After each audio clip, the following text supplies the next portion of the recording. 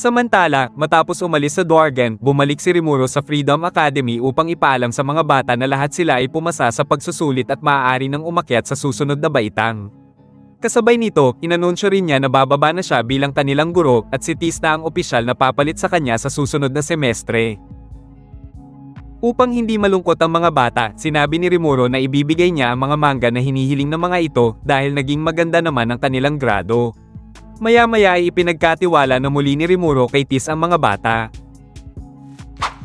Sa kabilang banda, muling bumalik sila Yum sa Tempest kasama si Mulan, ipinakilala niya ito kila Xian at Shuna bilang bago nilang miyembro.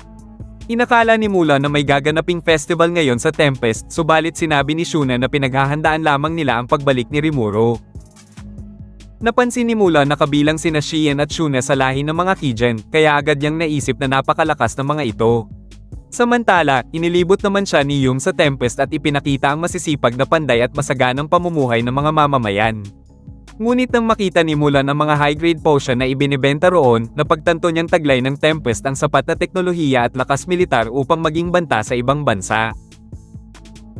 Gayunpaman nang sila ay nagpatuloy sa paglalakad, walang kaalam-alam si Yum na ginagamit lamang siya ni Mulan upang maimbestigahan ang Tempest at ito ay utos sa kanya ni Clayman.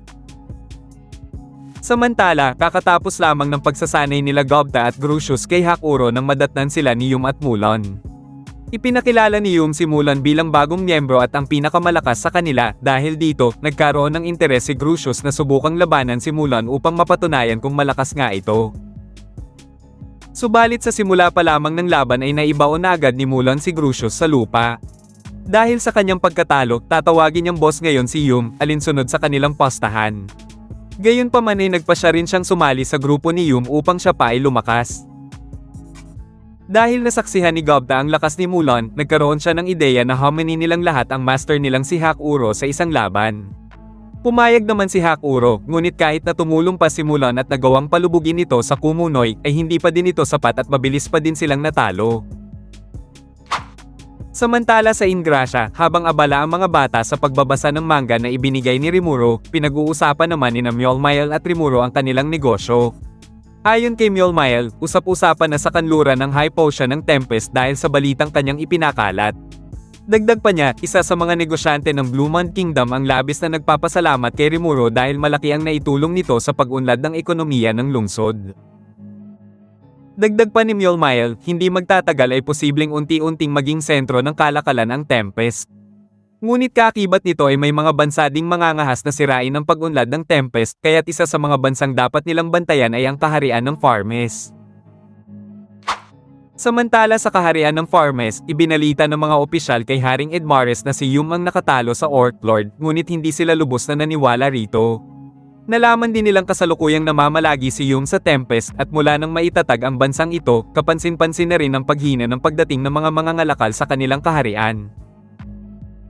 At kung hindi nila aaksyonan ito ay babagsak ang kanilang kaharian, kaya't iminungkahi din ng isang opisyal na huwag nilang hayaang maging makapangyarihan ang Tempest at ngayon na ang pagkakataon upang sila ay umatake. Dahil dito inalam ni Edmares kung ilang sundalo ang meron sila. Ngunit ayon sa Arsobispong si Rehiem, ang lupain ng mga halimaw ay itinuturing na kaaway ng kanilang Diyos. Dahil dito, nakaisip ng plano si Edmares, kapag may mamamayan nilang nasaktan ng mga halimaw ng Tempest, tiyak na makikialam ang simbahan at magpapadala ng mga Temple Knights upang samahan sila sa paglaban sa mga halimaw na ito. Upang maisakatuparan ng kanilang plano, inutusan ni Edmares na ipadala sa Tempest ang mga taga-ibang mundo upang gumawa ng eksena doon. Ngunit bago matapos ang kanilang pagpupulong, may ibinulong si Rehiem kay Edmares tungkol sa kanyang lihim na sandata, at agad naman itong nagustuhan ng hari.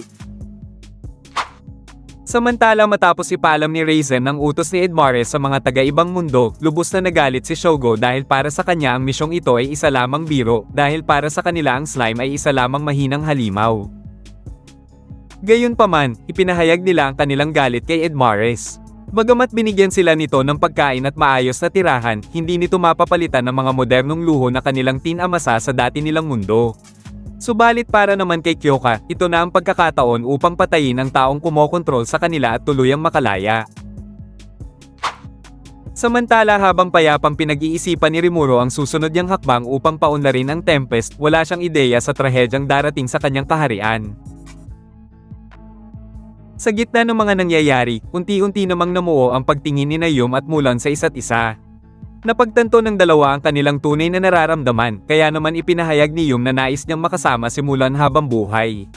Subalit sa mga sandaling ito ay umiwas si Mulan sa sinabi ni Yum sapagkat sa kaloob-looban niya, batid niyang hindi sila maaaring magsama dahil siya ay nasa ilalim ng kontrol ni Clayman. Samantala patuloy pa din ang paghahanda ng lahat para sa nalalapit na pagbabalik ni Rimuru, at habang naglalakad si Mulan sa plaza ay nakasalubong niya ang mga bataan ni Gabiro, subalit isa sa mga ito ang napatitig sa kanya na may halong pagtataka. Kalaunan ay pinuntahan niya sila Yum at Grucius at nadatnan niya itong puspusan ng pagsasanay, ngunit sa sandaling iyon ay kinausap siya ni Clayman sa pamamagitan ng telepatiko. Alam ni Clayman na umiibig si Mulan sa isang tao, kaya naman ginamit niya ito upang lalo siyang kontrolin. Inutusan niya si Mulan na sundin ang kanyang huling utos at nagbanta na kung siya ay susuway, dudurugin niya ang literal na puso nito at hindi na makakasama pa ni Mulan ang taong minamahal niya sapagkat tuluyan na siyang mamamatay. Dahil wala nang ibang pagpipilian pa, muling tinanggap ni Mulan ang misyong pinag-uutos sa kanya ni Clayman, alang-alang kay Yum. Samantala, nagbigay ng ulat sina Sawe at Sokka kina Benem Aro at Regard na may mga hukbo ng mga sundalo ng Farmes na paparating sa Tempest para sa isang digmaan.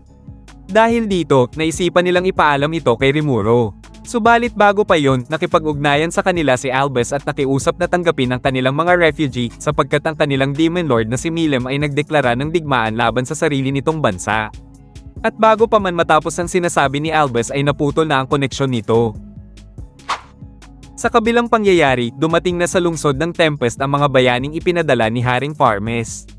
Agad na nainis si Shogo nang makita niyang mas maunlad pa ang pamumuhay ng mga halimaw dito kumpara sa kanilang sariling kaharian. Gayunpaman, naisip nilang kung mapapatay nila ang slime na namumuno sa lungsod, maaari nilang makuha ang kontrol sa buong bansa. Dahil dito, hindi na nag-aksaya ng oras si Karara at agad na pinaratangan si Gobzo, sinasabing hinipuan umano nito ang kanyang likuran. Kahit na iginiit ni Gobzo na wala siyang ginagawang masama, tila epektibo ang pag-arte ni Karara at nagawa niyang makuha ang simpatiya ng mga tao upang maniwala sa kanya. Nakisali pa sina Shogo at Kyoya upang lalo pang idiin si Gobzo sa maling paratang. Subalit dumating si Gobta upang pumagitna sa sitwasyon. Sa huli, minabuti na lamang ni Gobta na sila na lang ang humingi ng tawad kay Karara kahit alam niyang walang kasalanan si Gobzo. Dahil dito, nainis si Karara at sinabing siya pa ang lumalabas na sinungaling. Subalit ipinaliwanag ni Gobta na naniniwala siya kay Gobzo sapagkat mahilig umano ito sa mga matured na babae tulad ni Shien, kaya hindi ito magkaka-interes kay Karara na isa lamang neneng. Dahil dito, natawa ang mga tao sa kanyang sinabi at tila tuluyang nawala ang tensyon sa paligid. Dahil sa galit, ginamit ni Karara ang kanyang unique skill na Bewilder upang utusan sina Gobzo at Gobta na magpakamatay, ngunit hindi ito umepekto. Maya-maya ay dumating sina Shien at Shuna, at sinabi ni Shuna na alam niyang sinusubukan nitong e-brainwash ang mga tao roon, ngunit hindi ito tatalab. Dahil dito, nakiusap siyang umalis na lamang sila sa Tempest. Ngunit nagmatigas sila Shogo at Kyoya na umalis, sa halip naghamon pa sila ng away kaya't si Shien ay naghanda na para sa isang laban, habang si Gobta at Gobzo naman ang haharap kay Kyoya. Samantala, inutusan na ni Clayman si Mulan na putulin ang lahat ng komunikasyon ng Tempest sa labas ng bansa. Ngunit bago niya ito maisigawa, nakita siya ni Grucius at niyaya siyang kumain ng cream puff. Dahil dito, agad siyang tumanggi, ngunit bago siya makaalis ay sinabi ni Grucius na nabalitaan niya ang pagdeklara ni Milim ng digmaan laban sa Year Azania. Dahil dito, nagsimula siyang maghinala kay Mulan dahil sa kakaiba nitong ikanikilos. Sinubukan ng lumayo ni Mulan sapagkat kapag nabigo siyang maisakatuparan agad ang kanyang misyon ay papatayin ni Clayman ang lahat ng tao sa Tempest. Ngunit muli siyang pinigilan ni Grucius na umaasang makakakuha ng sagot mula sa kanya. Dahil wala na siyang dahilan upang itago pa ang katotohanan, ipinakita ni Mulan ang kanyang tunay na anyo bilang isang Majin. Nang makita ito, napagtanto ni Grucius na nasa ilalim ng kontrol ni Clayman si Mulan at napipilitan lamang itong sumunod, habang si Mulan naman ay hindi makasagot sa mga paratang. Gayunpaman dumating si Yum at humingi ng paliwanag sa nangyayari. Sinabi niya na tinanggap at minahal niya si Mulan kung sino man ito at hindi mahalaga kung isa siyang Majin. Dahil dito, wala nang nagawa si Mulan kundi tanggapin ang yakap ni Yum habang ipinapangako nitong poprotektahan siya habang buhay. Ipinahayag ni Mulan ang kanyang pasasalamat kay Yum, ngunit tinupad na niya ang kanyang misyon at naglabas ng malakas na enerhiya. Ito lamang ang paraan niya upang maprotektahan si Yum mula kay Clayman, kaya't lumikha siya ng barrier sa lungsod ng Tempest. At sinabayan din ito ni Rahiem ng isa pang barrier, at ang dalawang hadlang ay kumulong sa Tempest, kaya't naging dahilan ito upang maputol ang koneksyon nito sa labas maging kay Rimuru. Agad na naramdaman ni Xian ang epekto ng prison field, at tila nawalan siya ng lakas, habang si Shogo naman ay natuwa sa nangyari dahil gumana na ang kanilang plano. Sa kabilang pangyayari, bago umalis, naging emosyonal ang mga bata sa muling pag-alis ni Rimuru sa Ingrasya. Upang hindi sila malungkot ay binigay ni Rimuru ang kanyang maskara kay Chloe, at dahil nainggit ang iba ay binigyan na lamang niya silang lahat ng mga damit. Malungkot man ang muli niyang pag-alis, hindi ibig sabihin nito ay hindi na sila magkikita, kaya naman ipinangako ni Rimuru na bibisita siya kasama si Ranga minsan. Nang tuluyan na siyang makalayo sa lungsod, sinabi ni Rimuru kay Ranga na matutuwa si Shizo kung kay Chloe niya ibinigay ang maskara dahil pakiramdam niya ang magiging hero ito pagdating ng araw. Ilang sandali ay nagpasya na si Rimuru na gamitin ang special movement, ngunit lingid sa kanyang kaalaman na minamanmanan siya ng misteryosong babae, dahil dito ay nakaramdam si Rimuru ng isang panganib at inutusan niyang bumalik si Ranga sa kanyang anino. Nag-ulat din sa kanya ang Great Sage na kasalukuyan siyang ikinulong sa isang barrier, dahil dito ang paggamit ng teleportation ay hindi gagana. Ilang sandali lang ay dumating si Sawe at binalaan si Rimuru na ang Tempest ay sinalakay, ngunit hindi na niya natapos ang sasabihin at tuluyan ng naglaho. Natuklasan din ni Rimuru na hindi na niya matawag si Ranga. Sinabi sa kanya ng Great Sage na limitado ang mahikang maaari niyang magamit sa loob ng barrier, at iniulat din ito na tanging Gluttony at Great Sage lamang ang gumagana. Dahil dito, napag-isip-isip ni Rimuru na isang profesional at magaling na Monster Slayer ang naglagay ng barrier, sapagkat nakakaramdam siya ngayon ng matinding killing intent. Ilang sandali ay inilantad na ng babae ang kanyang sarili na puno ng kumpiyansa, base sa kasuotan nito ay isa itong Holy Knight na tagapagpatupad ng kaayusan at madalas na kumakalaban sa mga halimaw. Sinubukan ni Rimuru na itago ang kanyang tunay na identity, ngunit alam ng babae na siya ang pinuno ng Tempest.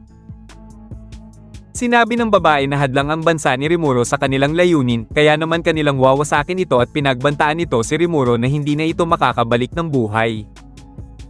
Samantala sa Tempest, makikita si Gobta na marami na ding natamang pinsala, kaya't binalak na siyang tapusin ni Kyoya, subalit dumating si Hakuro upang siya na lamang ang humarap dito. Ngunit kapansin-pansin na bumagal ang mga kilos ni Hakuro, napagtanto ni Shuna na pinapahina sila ng barrier, kaya't hindi nagtagal ay napuruhan ni Kyoya si Hakuro na nagpabagsak dito. Sa pagpapatuloy na bakbakan sa kabilang panig, makikitang kahit mas lumakas na si Shogo ay patuloy pa ring sinasalag ni Xian ang kanyang mga pag-atake. Dahil sa matinding pinsalang dulot nito sa paligid, hindi maiwasang matakot ang mga batang naroon. Ngunit nang muling bumalik ang focus sa laban, makikita ang mga paparating na kawal ng Farmes na handang pumatay sa sinumang makita nila. Nagulat si Xian at agad niyang inuna ang pagligtas sa isang batang goblin, subalit huli na ang lahat. Sa kabilang pangyayari, ipinakilala ng babae ang kanyang sarili bilang si Hanata, ang pinuno ng Imperial Knights at kapitan ng Crusaders. Kahit pilit na nagpapaliwanag si Rimuru, hindi siya pinakinggan ni Hanata at agad siyang inatake. Nang makaiwas si Rimuru, lalo lamang itong naging sapat na ebidensya para kay Hanata upang paratangan siya na siya ang pumatay sa kanyang guro na si Shizo. Dahil dito nagpakilala si Rimuru na isa ding Japanese at na-reincarnate siya bilang slime, pero sinabi ni Hanata na alam na niya ang detalyeng ito dahil sa kanyang informant, subalit para sa kanya ay umaarte lamang si Rimuru at nandito siya upang ipaghigante ang kanyang guro. Dahil sa tagumpay na nakatanggap ng pinsala si Rimuru, lalo pang nagpatuloy si Hanata sa pag-atake sa kanya, ngunit nagawa pa rin niyang makaiwas. Sinabi ng Great Sage kay Rimuru na direktang tumama sa kanyang kaluluwa ang atake ni Hanata, kaya 3 beses na lamang siyang maaaring tamaan bago tuluyang mamatay. Ipinaliwanag ni Hanata na ang epekto ng barrier ay isang holy field kung saan ganap na pinahihina ang isang halimaw, gaano man ito kalakas. Dahil dito, muli siyang sumugod at ganap na nakapagpatama ng 2 beses kay Rimuru. Dahil isang pag-atake na lamang ang natitira, idineklara ni Hanata na tatapusin na niya si Rimuru upang mabigyan ng hustisya ang pagkamatay ng kanyang guro. Dahil dito, patuloy na napapaisip si Rimuru kung sino ang nagbigay ng impormasyon kay Hanata tungkol sa pagkamatay ni Shizu, sapagkat ngayon ay nagmumukhang siyang masama. Dahil dito wala nang nagawa si Rimuro kundi sumalakay na din, pero napansin niyang nahuhulaan nito ang kanyang pag-atake at para siyang nakikipaglaban sa isang Great Sage. Gayunpaman humanga si Hinata dahil nagagawa pa din ni Rimuro na makipaglaban ng maayos kahit nasa ilalim ito ng barrier. Ipinaliwanag ni Hinata na ang kanyang espada ay may kakayahang pumatay kapag nataman ng biktima ng 7 beses at kahit isang spiritual being ay walang takas dito. Gayunpaman, iniulat ng Great Sage kay Rimuro na gumana na ang kanyang unique skill na Degenerate, kaya maaari na niyang i-summon si Ifrit ng isang pure spirit. Subalit hindi pa nagtatagal ay nakaramdam na si Ifrit ng matinding sakit, kaya agad itong pinabalik ni Rimuro. Sinabi sa kanya ng Great Sage na nakaranas si Ifrit ng sapilitang pag-agaw, kaya't napagtanto ni Rimuro na ang unique skill ni Hinata na Usurpation ay nangangahulugang kaya nitong nakawin ang kakayahan ng isang kalaban. Dahil dito, nagkaroon si Rimuro ng ideya na kahalintulad ito ng kanyang unique skill na Gluttony, kaya naman nagdesisyon siyang gamitin ang kanyang huling paraan. Sumalakay si Hinata ng buong lakas at ginamit ang Dead End Rainbow at nagtagumpay siyang tamaan si Rimuro, ngunit nagawa rin itong gisingin ang kanyang Gluttony. At dito muna nagtatapos ang ating recap, like and share naman dyan, maraming salamat sa palaging panonood.